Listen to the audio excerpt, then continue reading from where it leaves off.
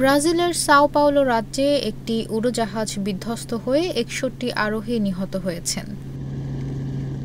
দক্ষিণাঞ্চলীয় রাজ্য পারানার ক্যাসকাভেল থেকে সাও পাওলো শহরের গুয়ারুলহোস বিমানবন্দরে যাওয়ার সময় ভিনহেডো শহরে উড়োজাহাজটি এই দুর্ঘটনায় পড়ে বলে শনিবার ১০ আগস্ট এক প্রতিবেদনে জানিয়েছে বিবিসি।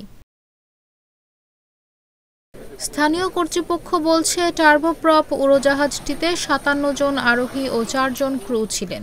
কেউই আর বেঁচে নেই। একটি আবাসিক এলাকায় এটি বিধ্বস্ত হলেও ওই এলাকার কেউ এতে হতাহত হননি। শুধু একটি বাড়ি ক্ষতিগ্রস্ত হয়েছে।